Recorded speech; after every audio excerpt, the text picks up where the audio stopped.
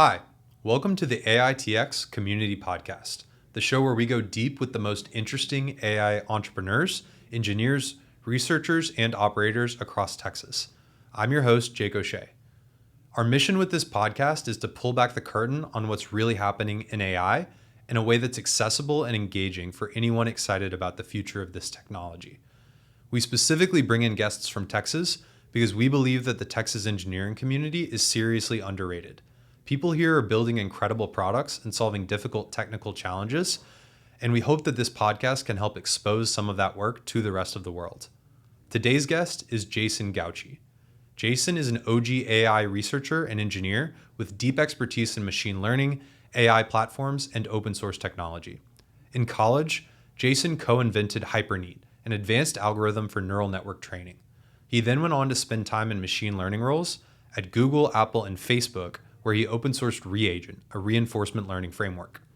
Following Facebook, Jason went on to run AI and data platforms for autonomous driving company Argo AI, which was acquired by Ford and merged into Latitude AI, their autonomous driving division. Most recently, Jason has joined Circuit as chief scientist. Circuit is an AI platform based here in Austin, Texas, that turns private, unstructured data into actionable insights for their customers. They're founded by the former CEO of Silicon Labs and have raised over $15 million from top investors. Jason is an incredible engineer, and I've really enjoyed sitting down with him and hearing his story. Now, without further ado, I'm excited to share this deep dive with Jason Gauci. All right, so we are live. Cool. Good to see you, Jake. Jason Gauci. Super fun. Welcome to the AITX podcast. Thanks for having me. Here. Yeah, this is awesome. You got a nice setup here. It looks like those Post-it notes are on the outside. Can people walk on the roof or what's? They can walk on the roof. Oh, okay. They're actually inside. It's just, I covered it up to make the lighting a little better. Nice. Yeah, this is a cool setup. I mean, you've got like a really nice ambiance here. Yeah, it's the Antler ATX office, you know. It's I think the building's 140 years old. Really? Yeah. Wow. There's tunnels in the basement that go to the state capitol and then across the street to the other building. Yeah. That's amazing. Yeah, it's in case they have to evacuate the capitol. Really? Yeah. Seriously? Wow. There was a rumor when I was at UT that there was tunnels underneath the fountain that go from the tower. And it's actually true because apparently they needed somewhere, if there's like a bomb threat or something to the Capitol, the legislators, if they're in session, can like escape through the basement and then go one of three places. And this building is one of them. So the threat of AI, if the threat of AI hits the Capitol, they come right to Antler. They come that straight makes sense, to right? Yeah, the hub of all of it. Yeah, cool. Well, yeah, thanks so much for being here. Sure. I think to start, I want to level set and give any listeners some context about kind of you and your background. Mm-hmm. So maybe to start, like tell us a little bit about how you grew up, how you got into programming, where you went to school, some of kind of the basic facts about Jason Gauci. Yeah, sure.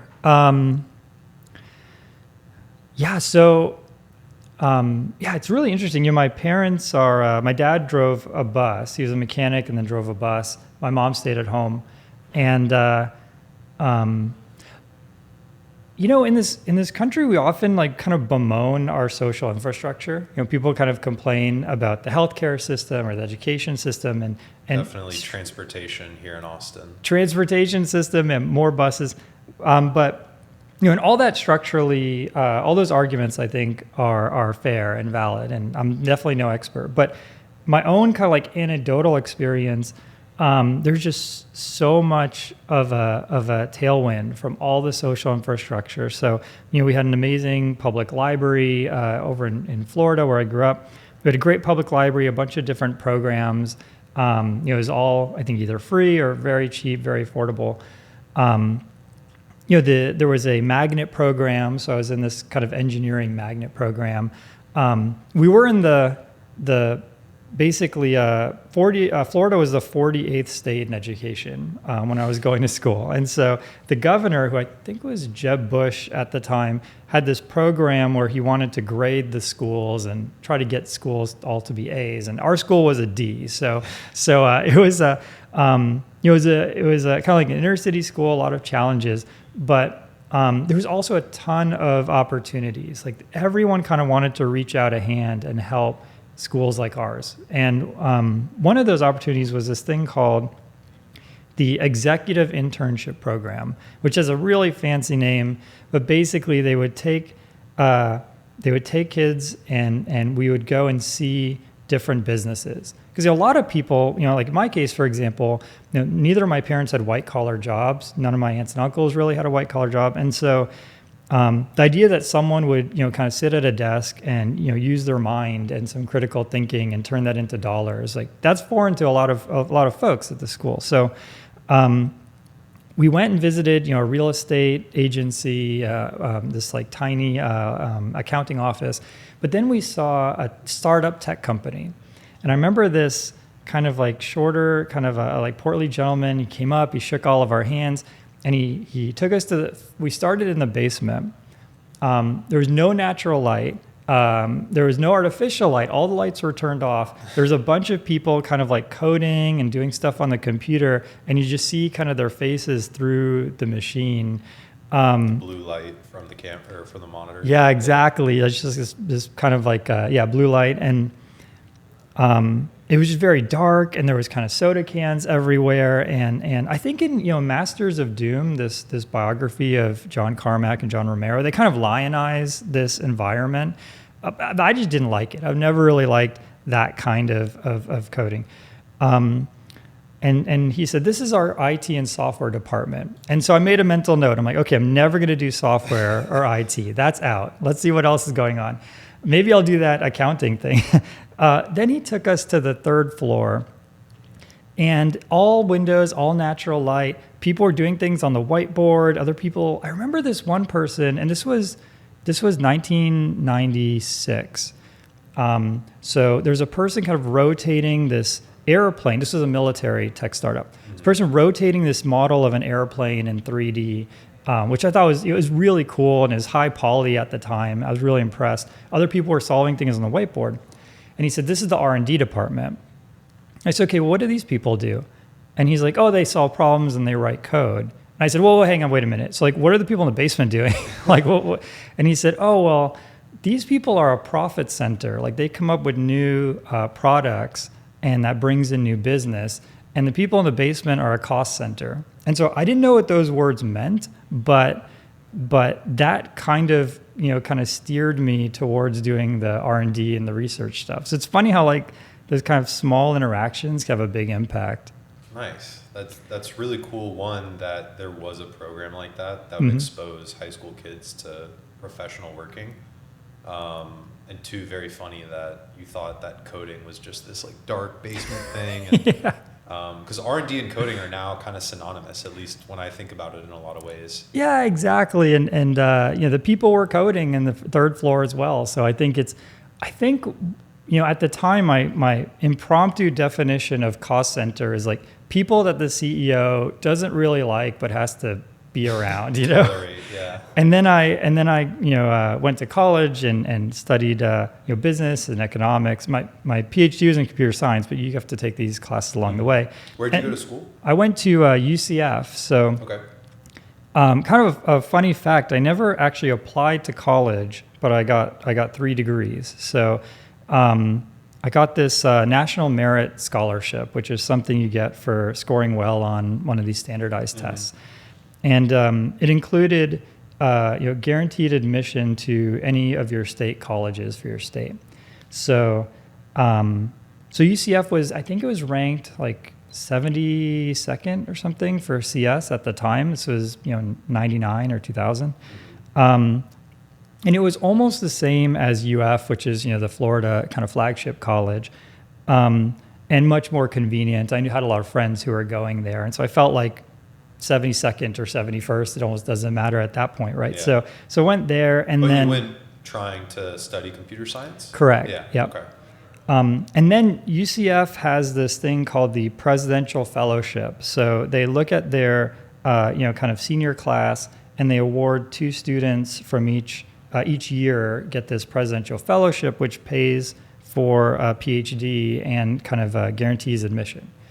And so I never actually had to apply for college, Nice. But I heard it's not fun. It's not fun. Yeah. There's this whole common application, and I just went with the first place that accepted me. Yeah, I mean, I found out later that, there's a lot of advantages to going to Harvard. If you get into Harvard or MIT or something, definitely apply to those places. And if you get in, you probably should go. There's a lot of nice advantages there.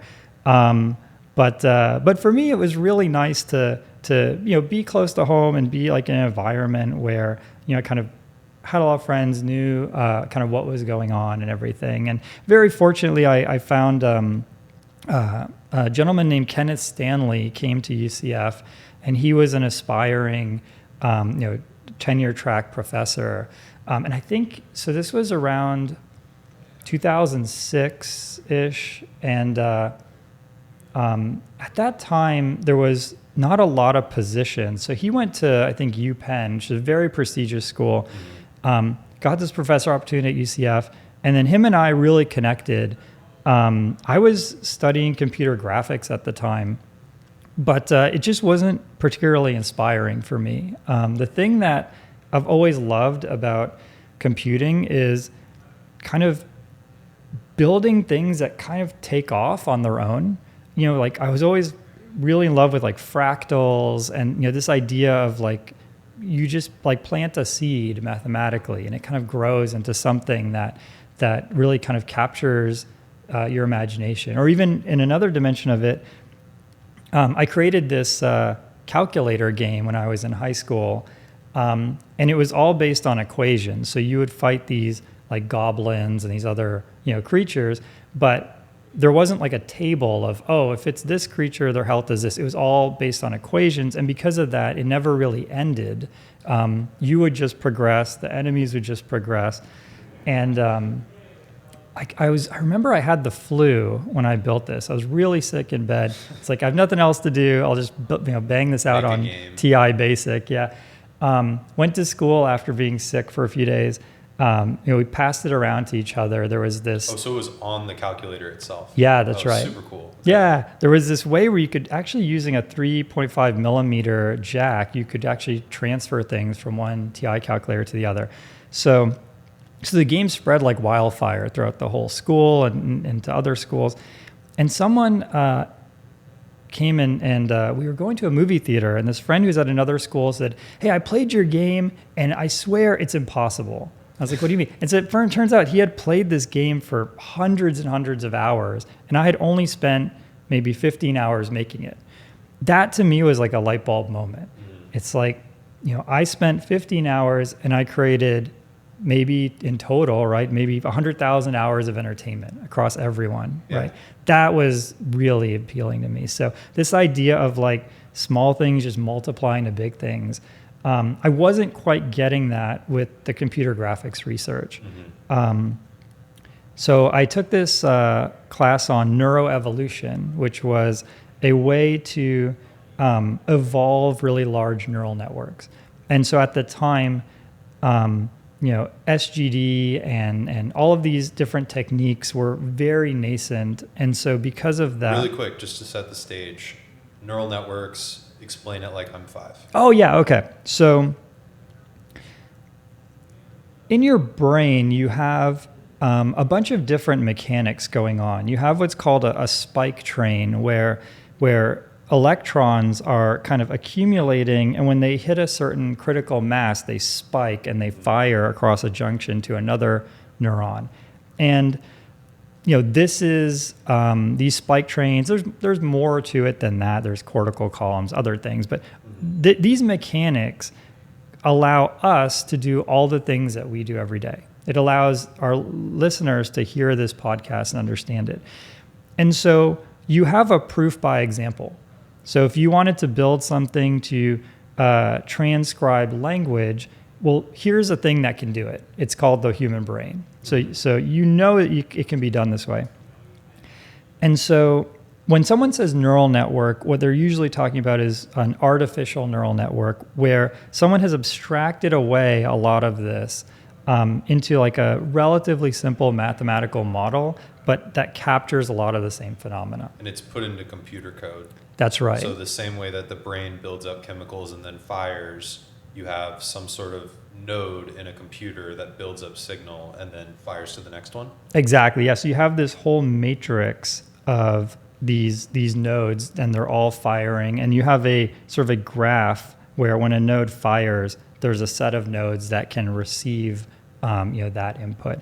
And it's all done kind of, it's all integrated. So there are actually spike train recurrent neural nets and some of these things, but most of the neural networks, it's almost like this is how many times I would spike in a period of time, and they send that number. And so every neuron is getting like what's called the activation level, but it's really, you could think of it as like how spiky it would be at that point.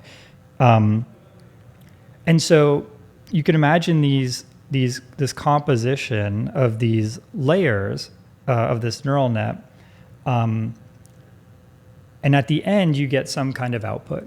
So input comes in here, goes through these different layers, changes or fires to the next layer in each layer, and then creates some output. Exactly. Okay. Yeah. So what my project was for this master's course called Neuroevolution, I wanted to make capture the flag. So I had these little robots, is all in simulation, but I had these little robots that had sensors, and there were sort of 8 sensors for the different cardinal directions, and then they would sense the nearest robot. And so the input would be, is there a robot? Is it a friend or an enemy? And does it have the flag? And it would be that 8 times. And then, and also, if the flag was dropped or by itself, that was another thing. So these robots had these sensors, and then what comes out is, move left, move right, move up, move down. And so you have to train that network, right? You have to learn that function. And so the way it works with neuroevolution is you play some capture the flag, and then you award a score to the different robots. So if a robot, did nothing constructive, maybe gets a score of 0. If a robot touched a flag and picked it up, then you'd give it a score. And so based on these scores, you would what's called approximate a gradient. So you'd figure out for each of the variables in this neural network, like which direction should they go? Should that variable get bigger or smaller? And that's done at a really large scale. So robot plays the game. If they get a score of 0, then the choices they made at each layer in that neural network are probably not repeated again, right? Because they don't get a score. But the ones that play really well, those patterns and decisions essentially that robot made is then used to influence the decisions of future iterations. Exactly. Basically. Okay. Yep. And this is what you're touching on is, to this day, the hardest problem in reinforcement learning, which is what is the baseline? So, for example, if a robot gets a score of 10, that might be great when you're just starting out. Like if all the other robots have a score of 0, then you want to say, yeah, do the 10 thing, right? But at some point, maybe all the robots are scoring 10, and then really what matters is, did you score 20? And so constructing that baseline is actually very, very difficult. Does the baseline evolve over time automatically, or do you as the engineer, the human, kind of increase the baseline as everyone gets up to a certain level? Yeah, you have to design it automatically. Okay. Because you have to be able to kind of set it to train and then come back, a week later or a day later or something. So it's constantly adapting, and so you can end up with really interesting kind of rock, paper, scissors effects. So for example, I began by doing negative reward if you lose the flag, if your flag is captured. And I had one sort of mind that was controlling all the robots. So the allies and the enemies, or the red team and the gray team, they all had the same brain, and that way I wouldn't have to learn the same thing over and over again. But it had this problem where if you punish too much, then they all kind of inadvertently collaborated to do nothing. It's like, okay, if nobody does anything, no one's going to get a negative reward. And just kind of like loss aversion Exactly. humans. Exactly. Yeah. Another thing that I saw evolve later on as it was, getting in a more functional state was the robots started to reverse engineer their own sensors. So for example, if a robot captured the flag, another robot would be kind of like a linebacker and be in between that robot and an enemy.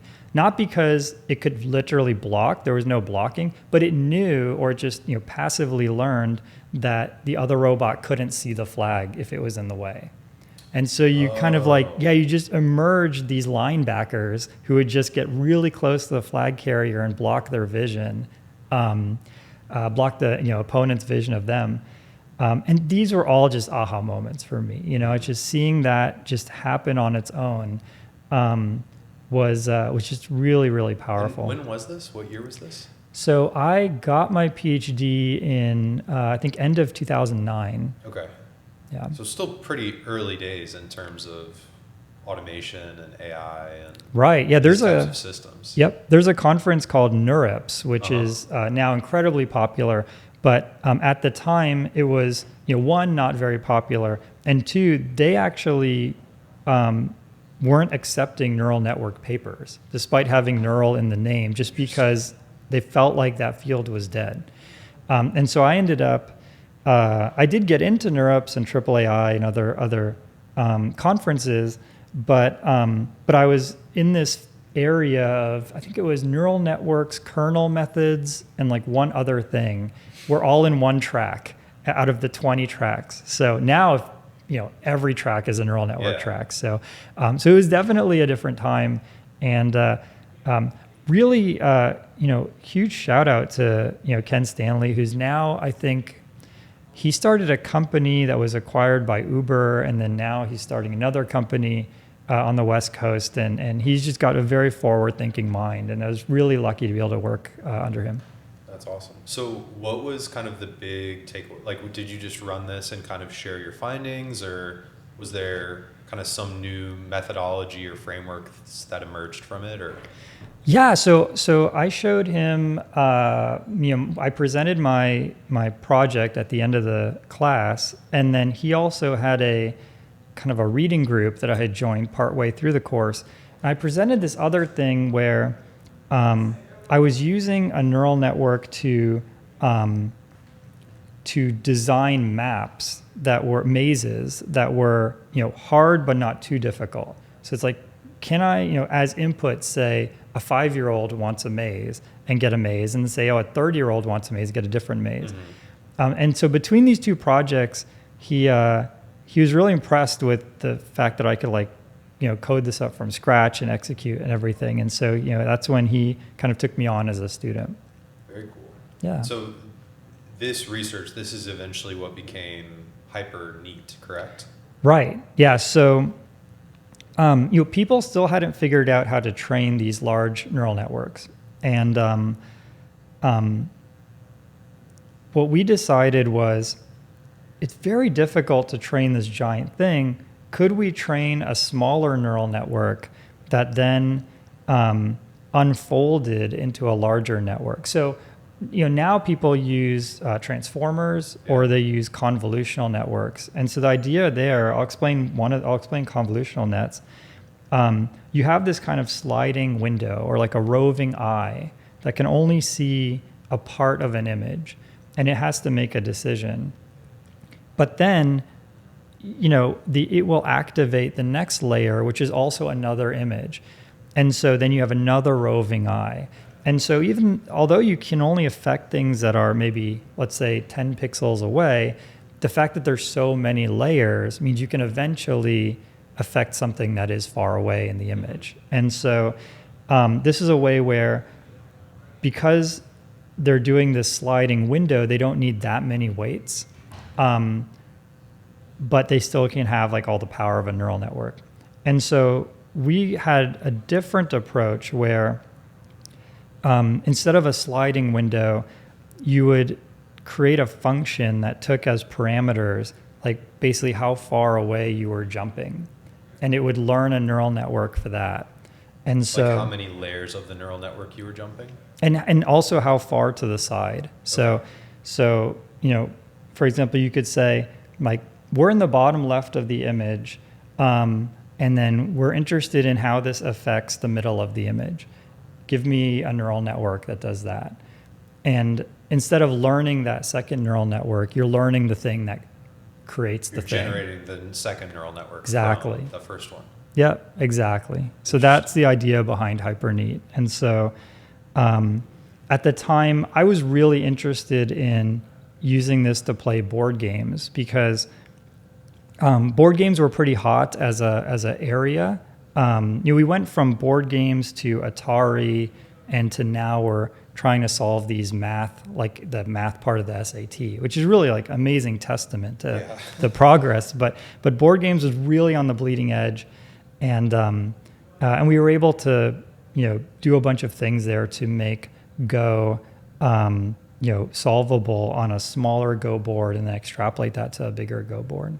Okay, so this is kind of like a precursor to eventually AlphaGo, right? Exactly. Which beat the world's best Go player. Exactly. Did they use this same kind of framework for their solution? They reference a lot of the work, so it's kind of like it's spiritually lived on. But they took a different approach, which required a ton of compute, but ultimately ended up being way better. So that was one of the things with HyperNEAT was, CUDA hadn't been invented yet. Running on the GPU wasn't really a thing. And we weren't going to throw 10,000 machines at it.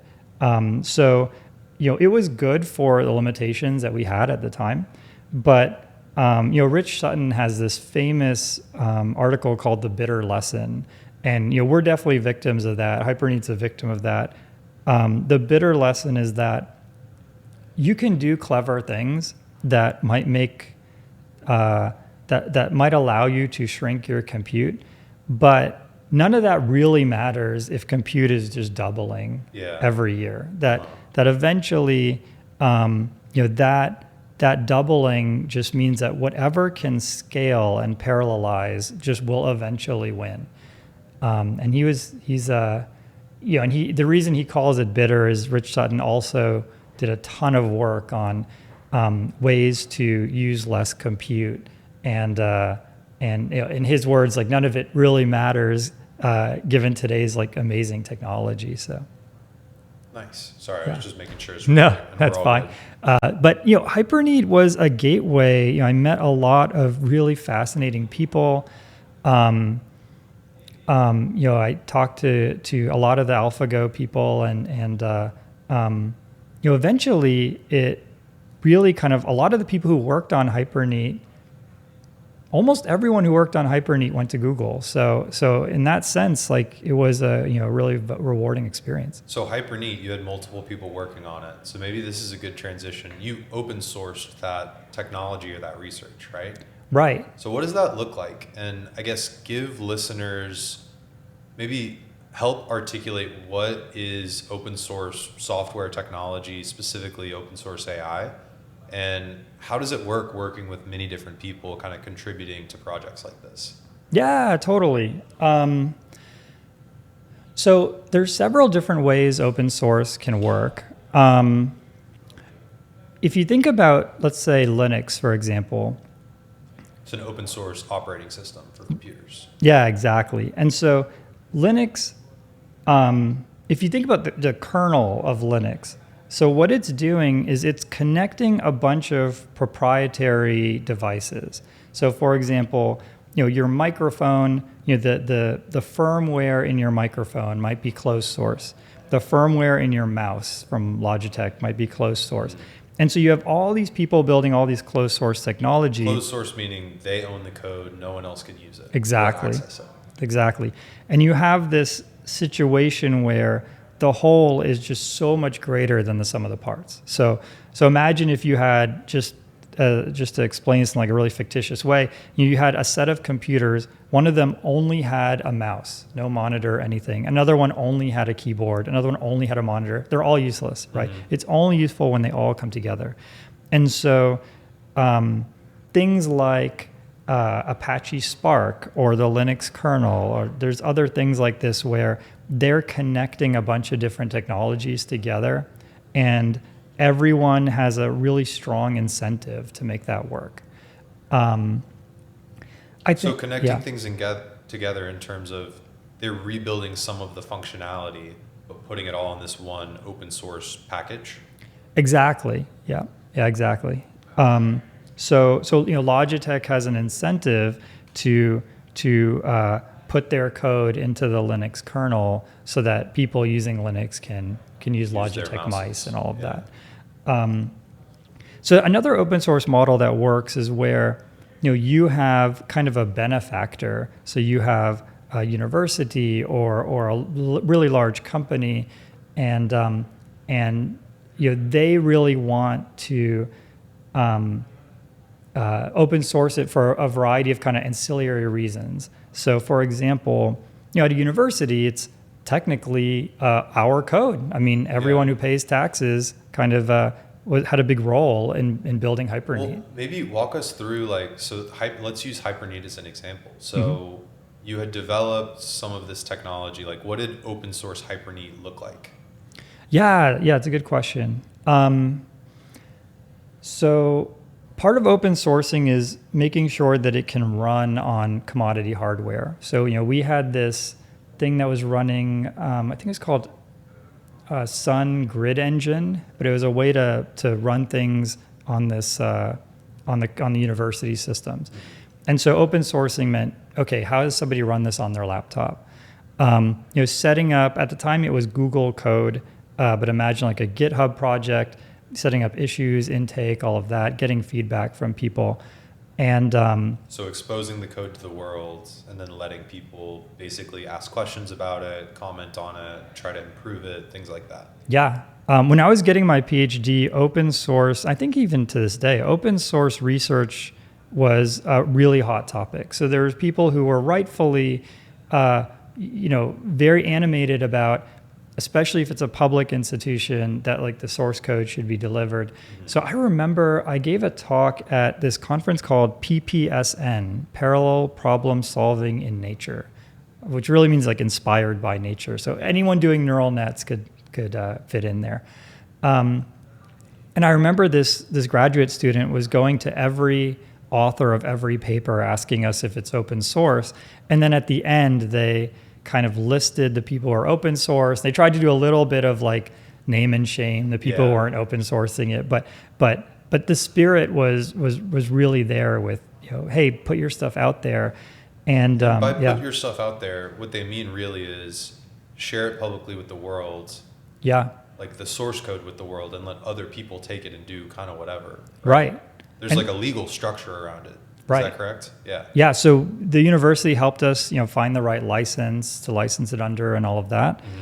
And the idea of using Atari as a benchmark, that came out of HyperNEAT. So someone, actually ironically in UT Austin, a student saw HyperNEAT, said, oh, well, this could probably play Atari games. That's like the next frontier. And so they set up something called the Atari Learning Environment. And in the first iteration of that, there was only one system that ran ALE, and it was HyperNEAT.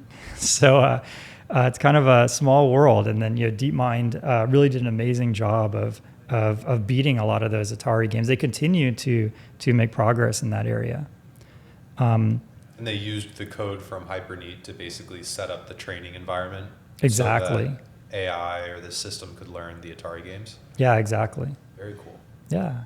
So I know open source AI is a very hot topic nowadays, and specifically Meta is kind of leading the charge. Their large language model Llama is open sourced.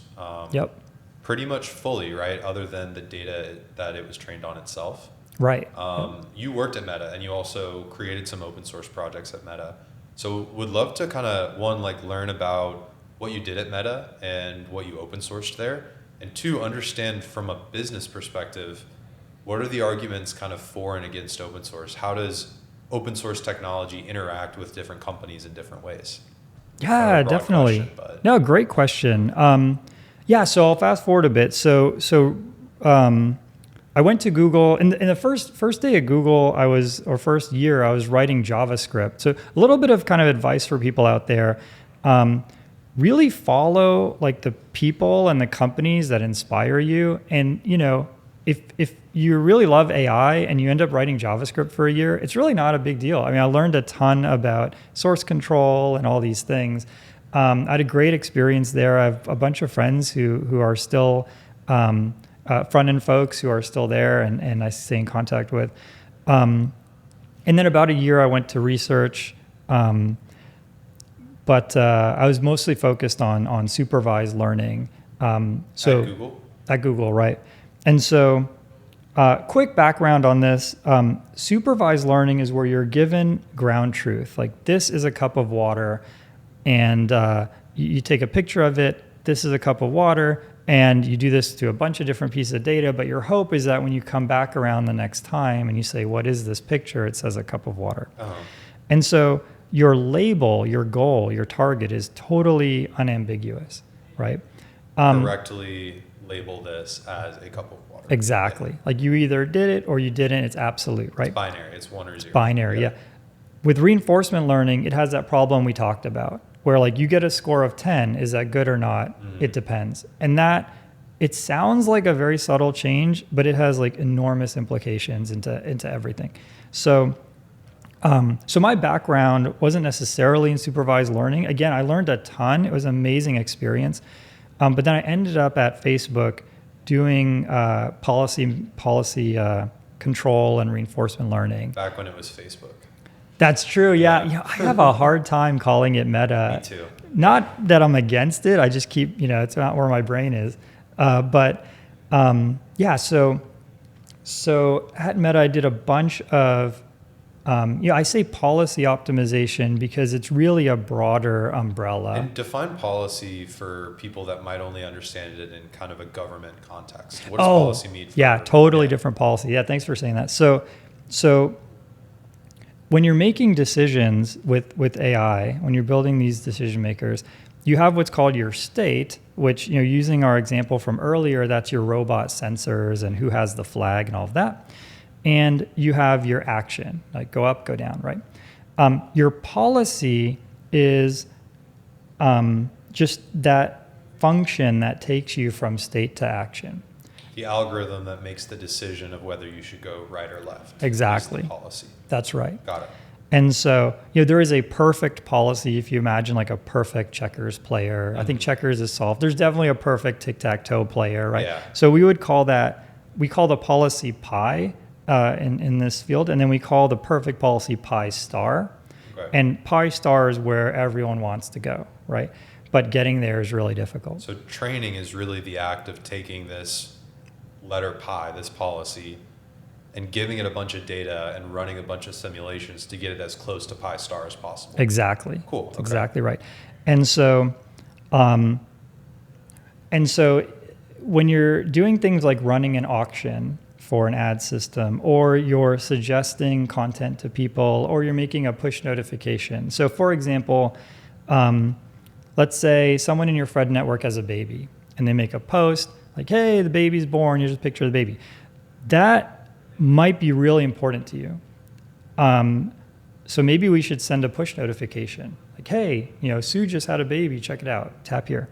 But like, maybe you are a doctor in a delivery room. And so it's like you get connected with a lot of people. Maybe you're like a OBGYN type thing. And so people are having a baby every day, right? Yeah, it's not as important to you as if it's a close friend. Exactly, right? So everything is in context. And so, these hand-coded rules that say something like detect if it's a baby, and if it is, send a notification. They all fail at scale, right? So we were building policies that would, make decisions on, should I do this or should I do that? Should I weight these different aspects of a post or an advertisement or something else?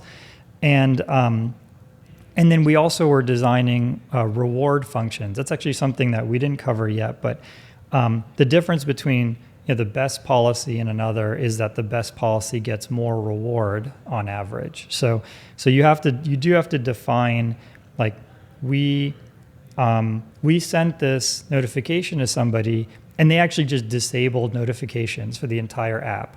that's a negative reward. Yeah, that's a thumbs down. But if the robot captures the flag, that's a big positive. Exactly. Okay. Yep.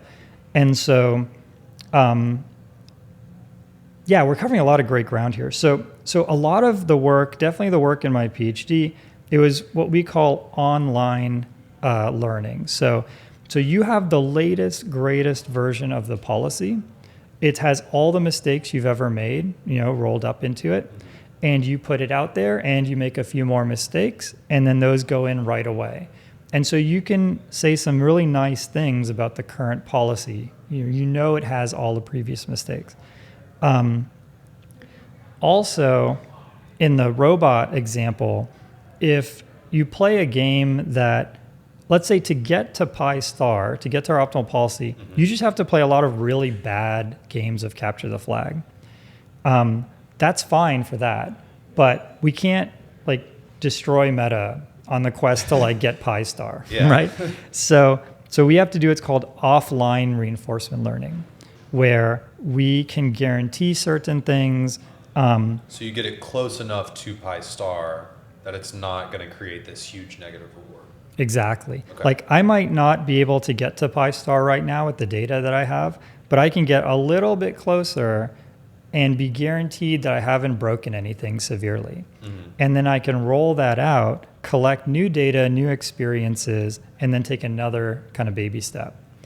And so that wreaks havoc on you as an engineering manager because somebody pushes something out there, it's getting better every day, but maybe it's not even as good as the hand-coded solution. It's just you see the trajectory.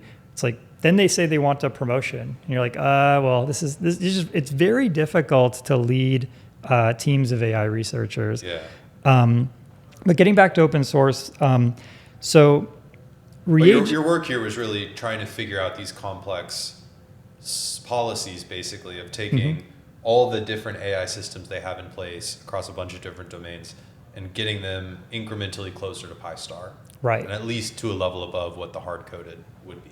Exactly. Yeah. And so this was just phenomenally difficult for so many reasons. And Sergey Levin and a bunch of other people have done amazing research over the past 10 years or so to make this. And we also did a lot of research in my lab to make this more tenable. But when I started at Meta, it was very difficult to train. The policies would vary too wildly from one another. So, we would train pi 0, the first policy, and it would be better in some areas, worse in others. And the product team would say, I don't think we'll launch it, but it's pretty good. Then we'll roll out the next version. Let's call it pi 1. And it will, in aggregate, be about the same, maybe a little bit better. But in these, metrics they care about, it's going to be totally different, way worse in some ways, way better in the other. And they felt like it's not stable from day to day. They never really know what to expect. When you add up all the good and bad things that can happen, that sum tends to stay the same. It's just that the good and bad things were varying so wildly that it wasn't really something they could deploy safely. Yeah. And we spent an unbelievable amount of energy on this. And, around 6 months in, it wasn't really going well. People started kind of dropping off the project. And then around 12 to 15 months in, it was just me on the project. And I was getting a bad rating from my boss. So I was definitely under a lot of stress. But I also really passionately felt like this was the right answer. Yeah, so you're seeing incremental improvements. Right, yeah. Right. And so I asked to open source it. And at the time, to be totally honest, I was thinking, well, if I don't survive this project, it'll be open sourced and I can keep working on it or figure out something, because I felt like there was something powerful there. But then fortunately it did work out. And so we continued to maintain the open source and all of that. So they did let you open source it? Yeah. What was the name of that project? So that's a Reagent. Reagent. And it's a policy optimization framework. That's right. Engine? Yeah, it's an offline. And since An offline policy. Exactly. So you can give it a whole tranche of data and it will give you back a policy that's a little bit better than the one you have, but with certain guarantees that it hasn't like totally done something wild. It's constrained to the current policy. Okay.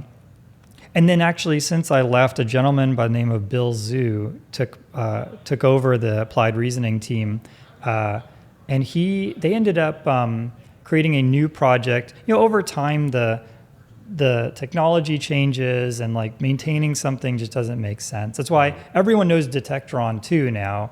Probably there's very few people using Detectron 1, but at the time that's what it was. So they created Perl, and so you should be able to find this on GitHub now under Facebook research. And so Perl is like the next iteration of Reagent. Okay, cool. The next evolution. Exactly. So they let you open source it. I understand the logic from your perspective. What, from like a business perspective, were they weighing or balancing, or what was the incentive for them to allow you to open source this? Yeah, it's a great question. So this is something that people, especially like early founders and other folks, should understand is we talked about the first kind of open source where you're integrating a bunch of proprietary things, right? The second is where you have kind of a benefactor like a university, or in this case, Facebook. And what Meta wants to do ultimately, if you think about, let's say, why does Meta do basic research? So in other words, a transformer was invented at Google. Yeah. Why did they allow those people to publish that paper, right? Yeah. And the answer is because there's two answers. There's a benevolent answer, right? Which I think there's a lot of truth to that. I think a lot of the folks who lead these companies really do want to have an impact on the world. Like they, at least personally, have done so well that they're really looking at other dimensions. And one of them is creating technology that will go in the history books, right? Now, a more cynical thing, which is also true, is that Facebook research or Google research are also kind of marketing engines for recruiting. So, because the smartest people want to go where the most cutting edge research is. Exactly. And, you might be, let's say, really good at Python and you have this amazing Python system and all of that. You can easily download, let's say, Reagent. Now, we're researchers. We don't claim to be very good at Python. We're good at math stuff. But you could download it and see, well, okay, this is what Facebook's doing. Maybe a better example is like protocol buffers, which is this really popular, extremely well-written C++ library for transforming data and moving it around. It's actually, the creator lives here in Austin. Oh, cool. And I remember looking at protocol buffers, which was open source, and thinking, yeah, Google is amazing. Like they figured out something really cool here. So I think that's a big part of it too.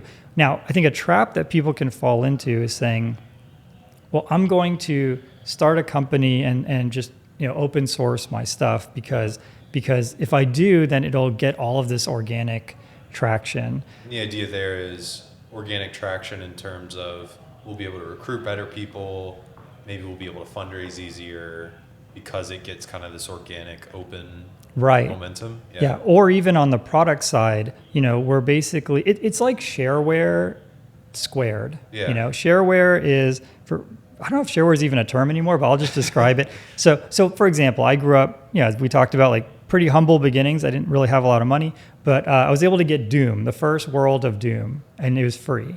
And that was really cool. And then they said, okay, if you want to play the second episode of Doom, I think you had to mail them a check or something, but you could get the first world free and then experience that, which is really cool. And then that also was like every hour you played was basically free marketing for them to sell you the second episode.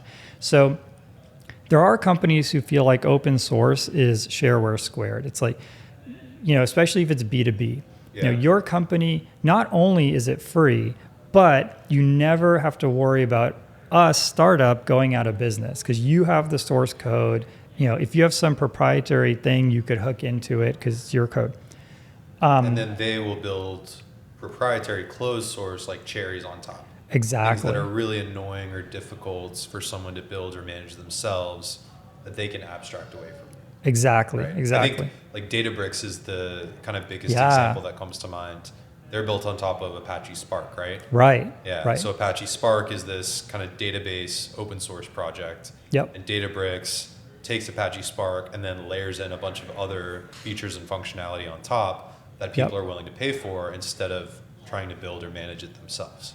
Yeah, exactly. Now here's my hot take. My hot take is that idea doesn't actually work. Okay. So as someone who's been on the other side of this, I've seen just countless times companies I've worked at will take the open source and not pay for those features. Yeah. I think it's not impossible, of course, nothing is, but it's very difficult to get that balance right, where you've open sourced just enough where you've created that kind of like demo shareware kind of, organic kind of feel, but not so much that somebody isn't going to pay you, especially if it's B2B and they're paying like $100K or more. Yeah. Do you think that's a byproduct of being at companies with the best engineering talent in the world that builds everything in-house, like Google, Facebook, et cetera? Or do you think that holds true across even smaller companies? It's a good question. I think it depends on what is open sourced and what isn't. Mm-hmm. So for example,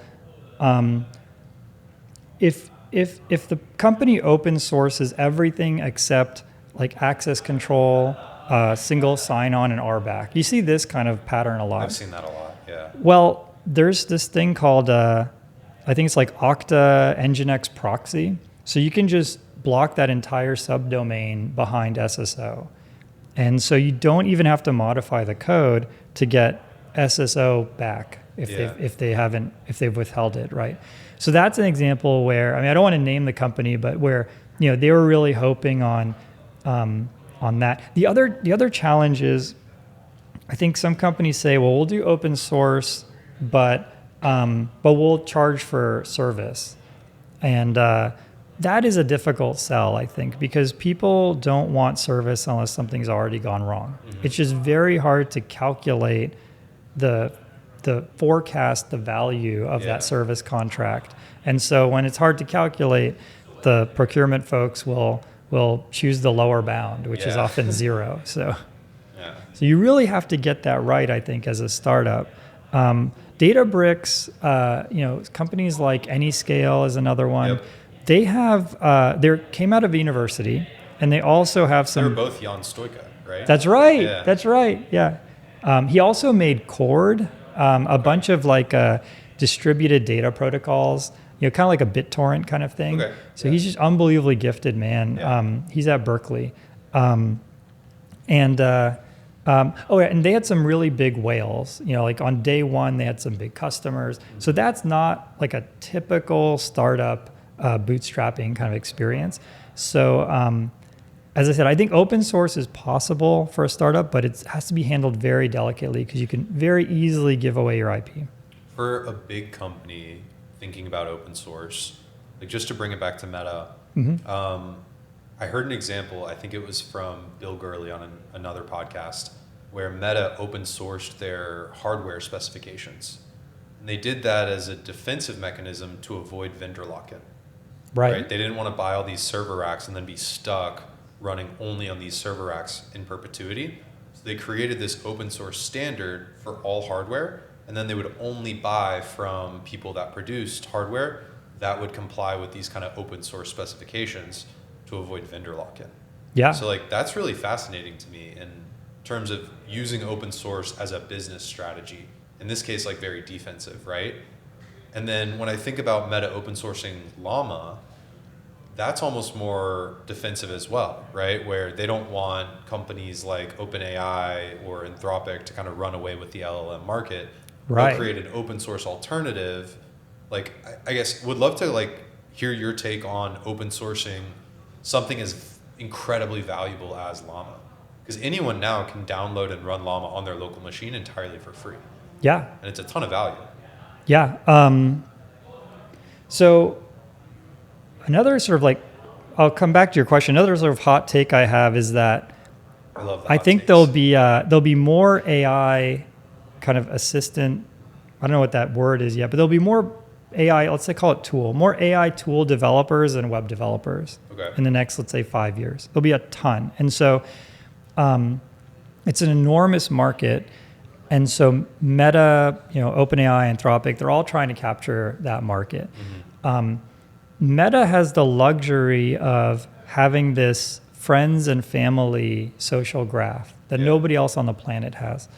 And so they can come in at the low price point of free and just totally, saturate that market. I think it's a amazing play, really bold vision. And I think that's what they're doing. So it's kind of defensive and offensive, but they're seeing that, there is something enormous here. It's almost like, if you could somehow own JavaScript in like the early 90s or something, and or maybe Llama kind of is the next JavaScript, where because it's open source, then it just kind of takes over, and all these folks are going to be using Llama. I mean, it's possible that's where we end up. But I think it's that kind of bold play that can really like change the whole world. It's pretty wild. Yeah. So help me understand too. Engineers love open source technology. Mm-hmm. When we were at an AITX monthly meetup, probably like a year ago, and John, one of our local community members from Meta, kind of announced new functionality and mentioned, and by the way, it's entirely open source. People literally cheered in the audience. Like, help me kind of understand how meaningful having open source AI and just open source technology is to building new things and to engineering in general. Yeah, totally. So, okay. So I think, kind of tying some of our past stuff all together, you have the ability right now to make a website that gets viewed by millions of people. And you can do that whole thing for maybe under $100, right? Pretty amazing, right? And so I think we're living in unprecedented times in terms of how powerful, a single person or a single person with a single idea can be. It's just that limit. It just keeps that upper bound just keeps growing and growing. And so having, your own open source LLM, it really kind of opens up all these different possibilities. You can fine tune it on a certain data set. There's things that you can do with open source LLMs that you can't do with something that's even extremely affordable. Like OpenAI, I think they recently dropped O3 by 80%. So it's super cheap, amazingly affordable, right? But there's still certain things that you can't do unless you have access to the weights and the way they were trained. So I think that's fine-tuning. I think you need to spend over a certain amount for them to have an account team that will allow you to fine-tune certain inputs that most people don't have access to. Yep. Yeah, exactly. So I think, if it wasn't for open source, then you wouldn't be able to have all of these amazing innovations. And so it's really empowering. I think that's what people get really excited about. So if there's an engineer listening to this that wants to get involved in open source, contribute, like how would you advise them? How would they get started doing something like that? Yeah, it's a good question. I think the first thing is to look at different projects that you use and decide if there's a good fit there. So for example, some projects are really kind of held by one team very closely. I'm thinking of like LibreOffice, for example. I think I want to say it's IBM is running LibreOffice, but they run a pretty tight ship. And so, meaning they're very tight about who can contribute, who can push code to the repository. Yeah. Yep. And so, I'm sure you can submit bug fixes and things like that. But if you want to make LibreOffice do something really foundational, you'd be forking it, and which is definitely something folks can do. Mm-hmm. So I would say start with an idea of something you kind of want to build, and then kind of work backwards and say, okay, what open source project can I start with that's better than starting from nothing? Okay. So here's an example. You can go to visual-if.com. The IF is for interactive fiction. And for folks who don't know, interactive fiction was a popular genre in the 90s and even earlier, but it's all text-based single-player adventure games. So you say, hey, you're in a forest, there's a sword on the ground, and you could type in like take sword, right? Mm-hmm. And so very few of these had graphics. So I had this idea, could I just add graphics using these text-to-image models and just make these games graphical? I saw you demo this at Austin Deep Learning. Oh, that's right. Oh man, that was years ago. It's a throwback. Yeah. So, it wouldn't be practical for me to build that from scratch because there's these open source engines that run these interactive fiction games. And so I took one of them, I think it was called Parchment, and started from there. So I think that's a good way to go about it. There's basically two approaches, and you can do both. One is, find an open source project you're using and contribute to it. That's a great way to, get connected with the people behind that project. There were people who committed to Reagent, and over time we got to meet them at conferences, and it's like a great kind of starting point, launch point into a conversation. The other thing is to fork a project, and then and GitHub's amazing where when you fork it, everyone can see where it came from. So you don't even really have to worry about attribution. It's right there for everyone to see. Yeah. But that can give you a launch pad for your own project. Very cool. So kind of segueing back to what we were talking about earlier with your work at Meta, policy optimization. Mm-hmm. After Meta, there's probably some other steps in your career, but eventually you ended up at Argo AI. Right, one of the autonomous driving companies. Yep. That to me is super fascinating. One is a use case of AI that will positively affect the real world. We can figure out autonomous driving. There will be less traffic, less car crashes, etc. But two is a really interesting policy optimization problem, right? Because at the end of the day, what is perfect driving? It kind of doesn't exist when there's humans that are driving imperfectly. Yeah. So I'd love to just kind of learn more about that experience, the work that you did there. I'll kind of leave it pretty open-ended, but would love to kind of segue into some of your work with autonomous driving. Yeah, totally. So, so when I was, I think it was at Google, I interviewed some people who were coming from Meta. And this was like pretty soon after the IPO, and Facebook, was doing really well. And so that's obviously going to bias the kind of people who are going to leave, right? Mm-hmm. But unanimously, what they all said was, it's really, really tough. Like the hours are long, and like the stress is just too much. And I've heard Google is less stressful. And that's like every single interviewer candidate from Meta. So here I am at Meta. I'm there about 6 years, right? And I remember when I got there, even when things were tough and the reagent wasn't working and all of that, thinking, well, it's not that stressful, but it's all just kind of relative. It actually was that stressful. So it's just rose-colored glasses, yeah. So I wasn't really taking a lot of PTO, so I'd accumulated. This is before all the companies started doing unlimited PTO, right? Unlimited. So unlimited. So I accumulated a ton of PTO, and then, there was a situation where my youngest son had some really severe medical issues. He's fine now, but when he was a few months old, he had some life-threatening issues, and he was in the hospital for I think a month, maybe more than a month. So he just a whole month just in the hospital bed for like all those days. And so I was like, I'm just so burnt out. I have this family issue. I have all this vacation. Oh, Facebook also gave, I think it was 3 months of paternity leave, which is amazing. Yeah, that's great. I was like, I just need to disappear for a while. I need to go off the grid. Take all the vacation you've accumulated. Yeah. So, you can't, if you're a senior leader at a company, you can't say, just hold my spot for me for like 8 months or something, right? So they ended up, kind of setting things up without me. I went and we actually, I think we like kind of quote unquote moved. We still had our house, but we went to Florida for a lot of that.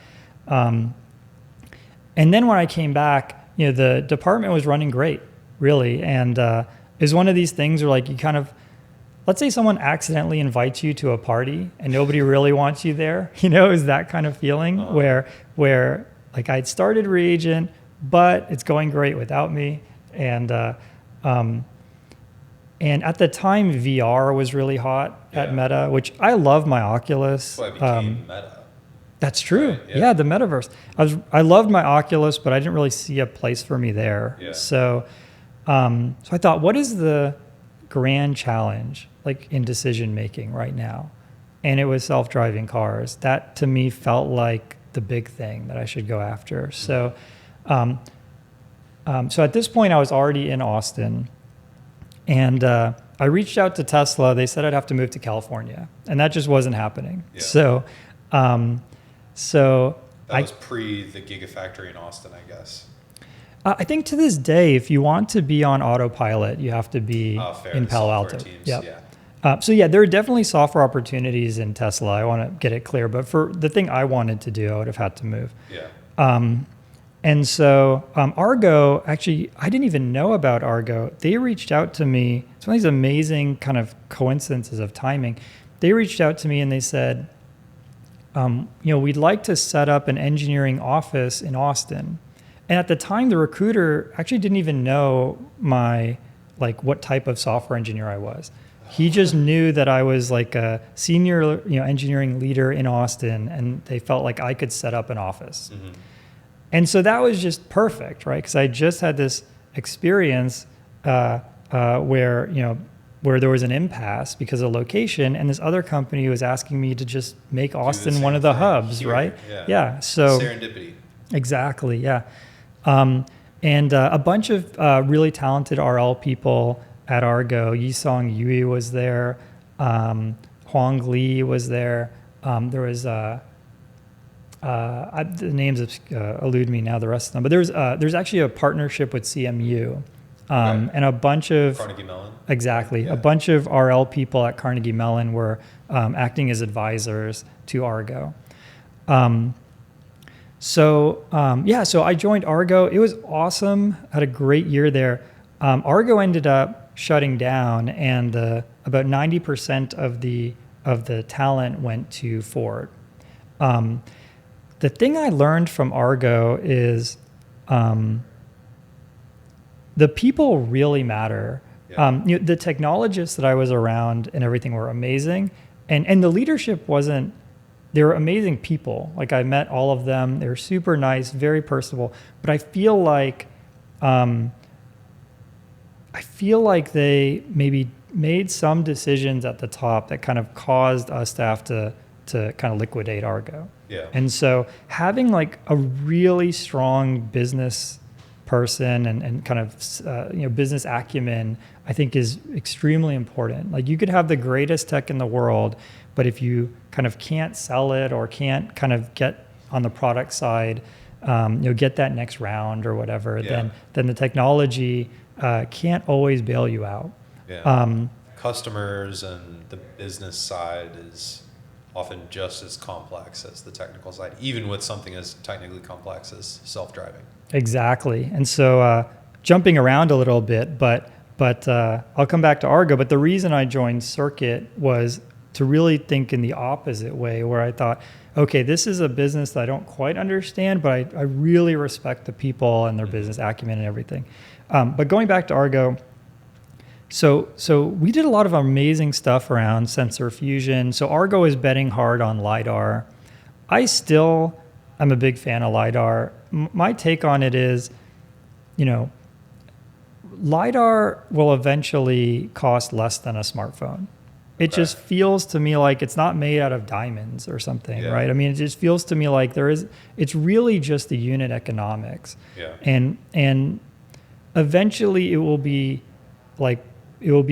cost effective, and we'll want to use it. This was something I wanted to ask you. It's a hot topic with me and my friends, this kind of Waymo versus Tesla approach to self-driving, whereas Waymo is, very expensive cars, tons of LiDAR, different sensors, et cetera. Tesla is just cameras. Mm-hmm. And they're very kind of religious about that decision. what do you think is the most effective mechanism? Do you think you can ever have kind of full autonomous driving with just vision and cameras? Or do you need some other layer of perception that something like a LiDAR provides? Yeah, totally. So, oh, by the way, the diamond thing was a metaphor. A LiDAR might literally be made of diamonds. I don't know. I just mean that the cost could come down. Yeah. But I think that, okay, two things are true. I think, Rich Sutton's bitter lesson is true. Mm-hmm. And having a lot of, another thing we should talk about is really what is data. When people say like, I have a lot of data, Tesla has a lot of data. Uh-huh. What it really means is you have to have a flywheel where you are collecting a lot of data, but it's the right kind of data that can move you a little bit ahead. So for example, driving on the highway when no one's around, that's probably not useful for Tesla right now, right? Driving and then you get just creamed by a drunk driver, also kind of not useful, right? I mean, depends if you could have evaded it, but maybe, in cases where you couldn't have evaded it, not useful, right? And so what is useful is all that other stuff in the middle, mm-hmm. right? And knowing what that is, and that also keeps changing because it's policy optimization. So something that was hard yesterday is now not hard. Yeah, you're changing that, like relative 10 is no longer good. Now it's got to be 20 to be good. Exactly. So it's like having lots of different games of capture the flag, essentially. Exactly. Yeah. And so your data collection has to be updating all the time to handle that. So you have to be constantly pushing out OTA updates like, oh, intersections, not that interesting. Oh, now they are again, these kind of things. Okay, yeah. And Tesla has all of that. So now the question is, should Tesla, adopt LiDAR? And I think that the answer is eventually it will be cheap enough. So I think LiDAR is, there's circumstances where LiDAR is super useful. And this is stretching my knowledge a little bit, but I think nighttime is one. I can't remember Makes sense, yeah. Yeah, either rain is either good or bad for LiDAR, but there's like these cases where clearly LiDAR can give you signal. Yeah. There's also these imaging radars. They can give you signal that cameras can't. So can you do everything with cameras? Probably. I think you could. Is it worth it?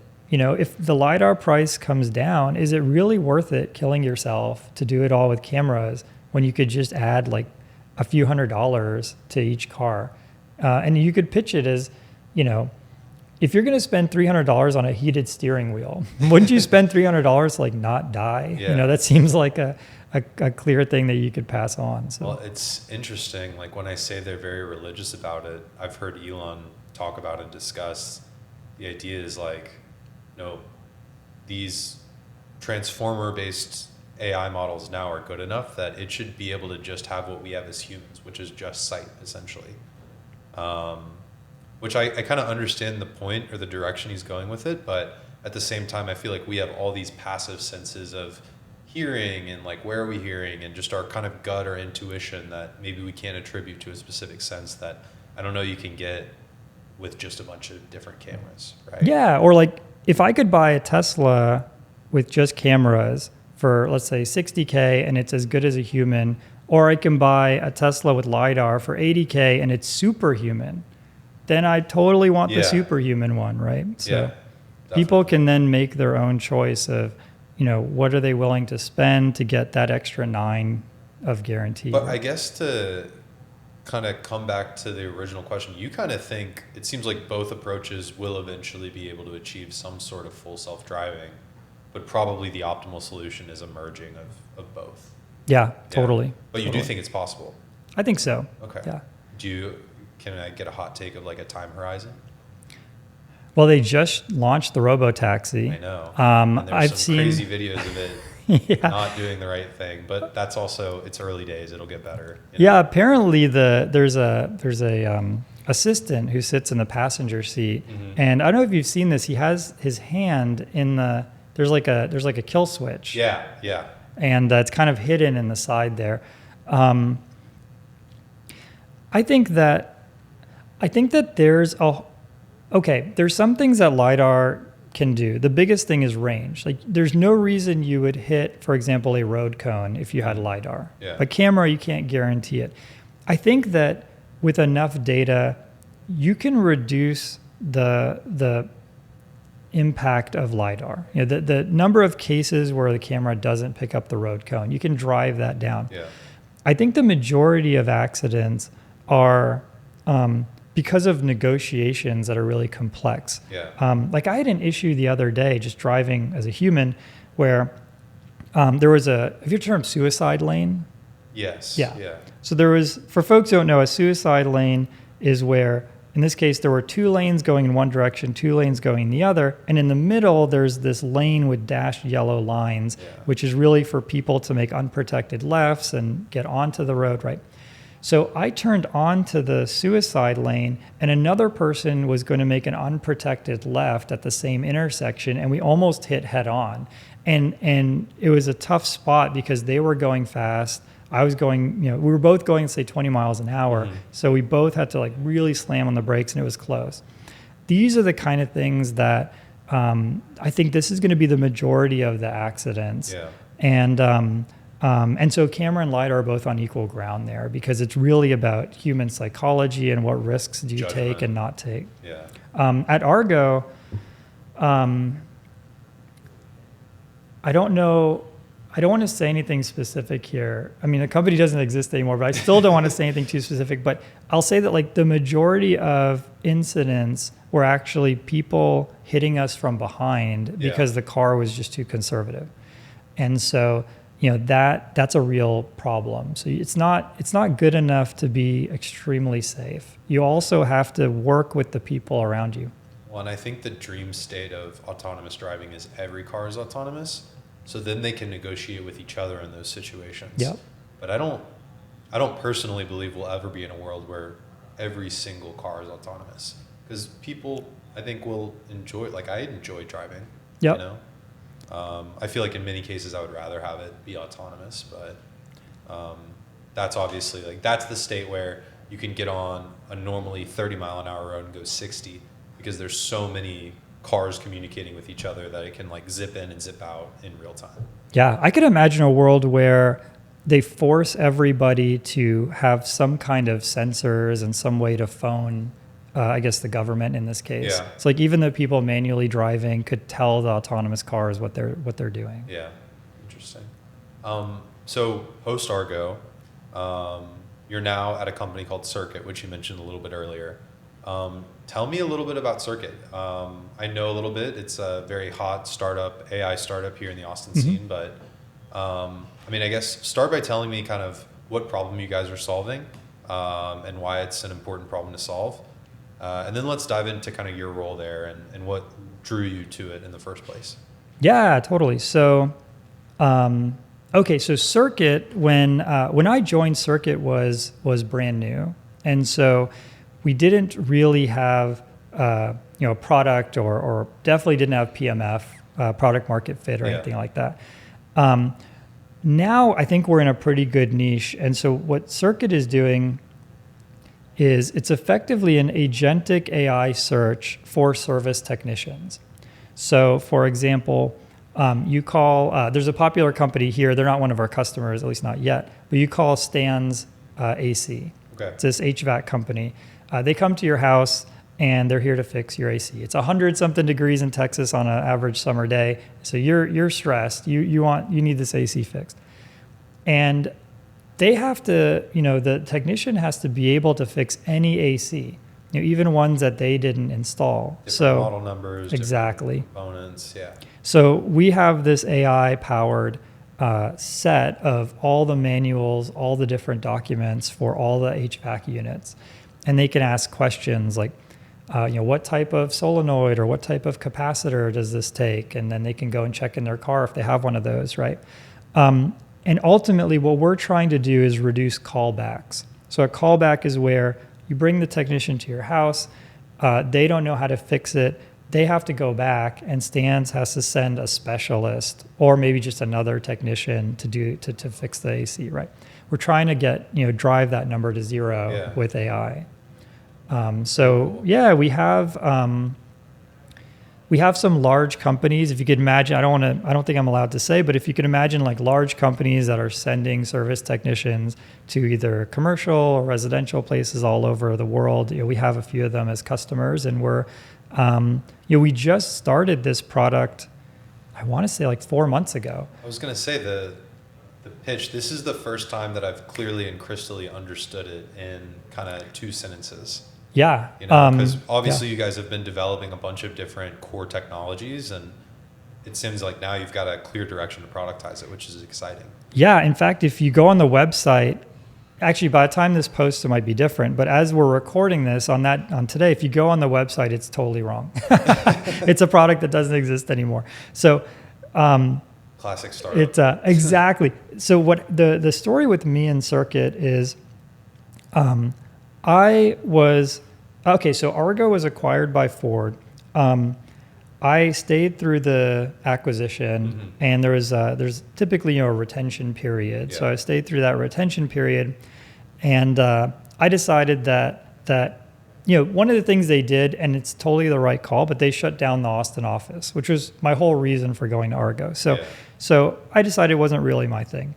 At this point, I'm trying to find the next thing, and the thing that I knew was I can do technology and AI. The things that I'm not good at are really like organizing really anything, like organizing my room, organizing an event. Like if it has the word organization in it, probably not the best person. The business side of it. It's like, I wanted to partner with people who really understood that. I was also kind of sensitive to, Argo's challenges with fundraising. Yeah. And so I really wanted to find, founders who, were good on the financial side and could raise money and some of that, because that's a whole skill set, right? Yeah, definitely. And so I actually just cold emailed the Tyson, who's the CEO of Circuit. There was a news article about how he's starting a new company. He left his previous company.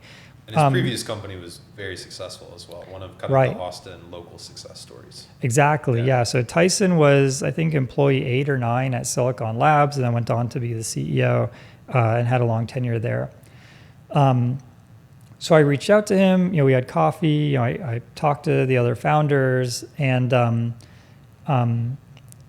thing that really sold it to me was that I felt like these people, they had an AI-sized hole, right, that I could fill, and they had everything else on the business and everything else. So it's been like an absolute pleasure kind of working with these folks. We designed a bunch of products that, for one reason or another, we pivoted from. But this latest one's pretty sticky. So as I said, it's only been 4 months. The big difference here is we just have a lot more customers, a lot more traction. So, with our last product, which was around 4 months or so, we had a pilot that wasn't a paid pilot. So here it's like people want this thing and they want to pay for it. So it's still early days. We'll find out where it goes. But my role there is chief scientist. So I'm basically heading up all of the AI and machine learning. And I'm also working closely with the infrastructure folks. Mm-hmm. A big part of this is of AI is just having a solid foundation. Yeah. Because if you start multiplying success rates, if the success rate is 90%, but there's 2 steps here, now you're at 81% or something. So you start multiplying these numbers, you get to 0 pretty quick or close to it. So I'm really helping the whole company up and down the tech stack. Very cool. Yeah, I think I've worked with various founders through Antler's residency that are tackling kind of maybe similar issues. And like one thing I learned is with wireless towers, there's an incredibly high callback rate because you send someone out, they collect a bunch of data. The issue that was happening before isn't happening now, so they have to go back. And anyways, it's a really important problem to solve that affects kind of a bunch of different areas of people's lives. Yeah. One question I have for you in kind of this like science or research role, and this kind of goes back to the beginning of like you wanting to do R&D when you were growing up. How do you balance doing research and just figuring out new cool stuff with actually building valuable products that you can sell and generate money for the business? Like, how do you think about balancing those two different, because they're both kind of within your purview? Yeah. It's a great question. Phenomenal question. Yeah, I think the people who do research and the people who kind of bring it to the market are very different. And so it's the third floor people versus the basement people. Right? Yeah, I think the people who bring it to market really understand the customer, and they are getting a lot of feedback. And in a way, like they are using their empathy much more. In the case of research, you have to be actually a little irreverent. The example I always use is, I've never thought of inventing a programming language. Why? Because I always just kind of use what I have. And to invent a programming language and to get a whole bunch of people on board and put like 20,000 hours of your life into making Python or something, like you have to be a little bit irreverent. Like you have to be like a little bit upset with every other language, right? Yeah. Actually, you have to be very upset with every other language if you're going to pour that much like time into it. Yeah, right. And so I felt, for example, that the way they were doing the decision making at Meta was all of this really complex supervised learning. Like, will the person click if I show this ad? Will the person buy the thing that we're advertising? All really hard counterfactuals that they're able to learn. And they're able to forecast that very accurately. But then making the decision of which ad to show was like some hand-coded thing that some data scientists did. And I'm being a little bit glib here, but like in their spare time, right? And so I felt like, no, that's actually the thing. It's like controlling the robot is the thing. If you want the sensors to be good, that's okay, but you really want the robot to do the right thing. So that was like an academic, strong feeling that I had, and there was a lot of friction there. For example, people would ask me, well, what's the binary cross entropy, that's basically a measure. Yeah, it's a fancy word, but it's a measure for how close you were to the truth. Okay. And how close you were to pi star, essentially? Well, this is for the supervised learning. So I take a picture of the glass. Did I say glass or not? Got it. So you could get the accuracy, which is, I have 1,000 pictures of glass and 900 of them said glass, so I have an accuracy of 90%. The cross entropy is just a better, like more fluid way of figuring out how close you were. And so I would say, well, we don't have that because there is no truth in this sense. You're just trying to get better, right? A lot of friction back and forth, a lot of challenges there. But that's kind of like an academic passion. You have to be kind of more irreverent to do that kind of work. And so one of the big challenges is, how do you go from research to a product? Huge companies have failed at this. I remember when I was at Google, Microsoft Research closed. I think it still exists, but it's been decimated. It's like a tenth of what it was. And the MSR in San Jose completely shut down. All those people were interviewing all at the same time. They shut down the New York one about a month later. And ultimately, I think it's because they couldn't convert any of this research to some product. And so eventually they pulled the plug on it. So this is a very hard problem. I think that what works, things that don't work, having like a basic research organization and an applied research organization doesn't work. And the reason it doesn't work is because eventually someone in the executive team is going to see an invention from the basic research, and they're going to want it in their product. And so then one of two things has to happen. They either have to force the other organization to kind of, to take your work and force you to teach them. Or what I also saw happen is they would force the basic research organization to do applied research. It's like, put this in the product. Both of those have bad outcomes, and they result in a lot of friction. I I think having just one kind of research organization that does the whole thing end to end is a lot better. Now we're getting to the point where so many people are so adept at AI that that even causes friction. So you might have a research organization working on new algorithms, but the people in the ads organization are maybe even better and like even more up to date.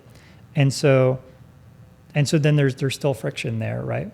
But trying to keep folks close together and have the researcher and the person who has that product sense, have them be as close together as possible, I think is the right answer. Okay, so try to iterate close to the actual end product.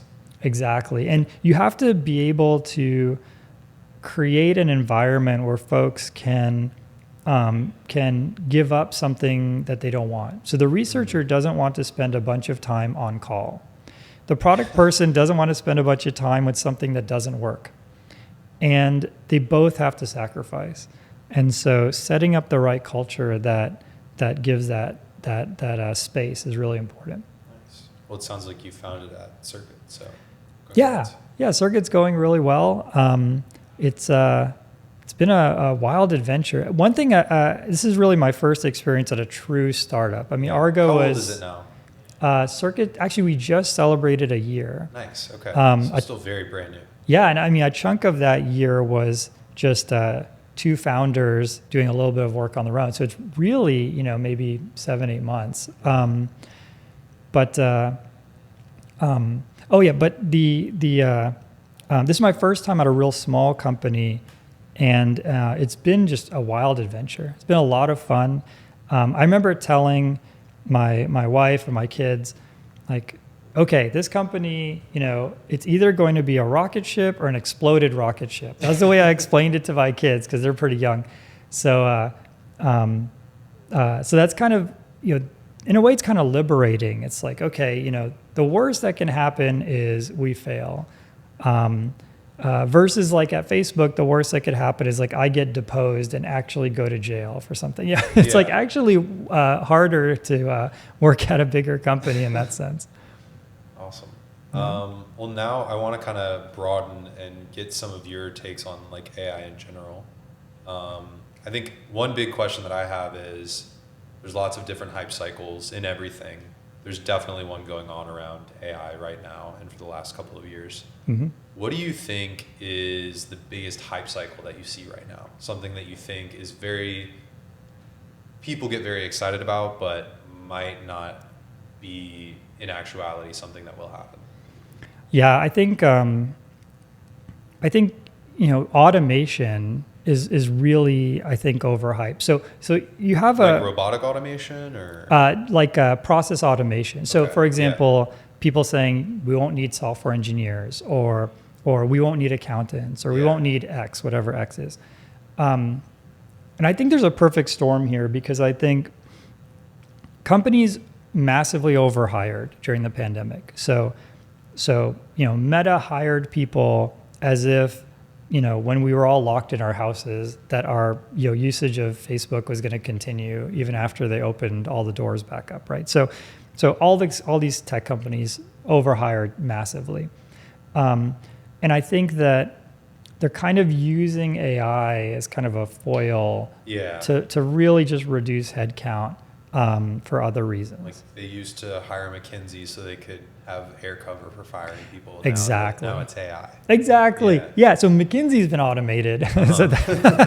So I think that the way I look at AI and to this day is this modern AI is really cruise control, not self-driving. Okay. So in the same way that if I drive to Dallas, I have I don't have a Tesla, but I have a BMW and it has adaptive cruise control and lane keep assist, right? So it has some L2.5, right? If I drive to Dallas, it might do 70% of the driving, right? In the same way as you hear the Google CEO saying 70% of the code is written by AI. It's that same thing, right? But it's still kind of cruise control, not self-driving. So I think we're going to be there for a long time. And I think the real value capture right now is adding cruise control to everybody. We're trying to add cruise control to service techs. Yeah. There's probably another company trying to add cruise control to accountants, but there's always going to be a person there. And sort of working together with the person in the most efficient way possible is going to require like radically new user experiences. That's where the value is. The people who are trying to just eliminate jobs, that's where I think it's pretty overblown. And I think that that will sort of come back down to earth on that. That's a good one. It's kind of what we were talking about before we hit record too, with how I use kind of coding agents where I'll have the agent do the cruise control, get me 70% of the way there. But then I switch over and have the assistant just kind of help me get to that full 100%. But I'm still the one actually doing it and implementing it. Yeah, exactly. Yeah. Is there any belief that you have about AI that you've changed your mind on recently?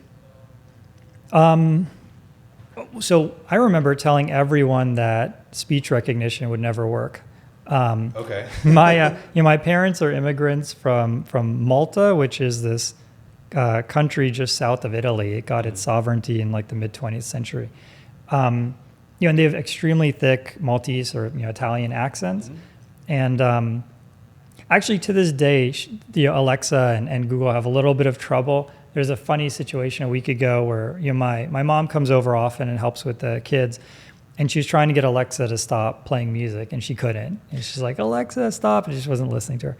But I remember telling people, I remember telling my boss, Liang Zhang, who's a genius. He's at OpenAI now.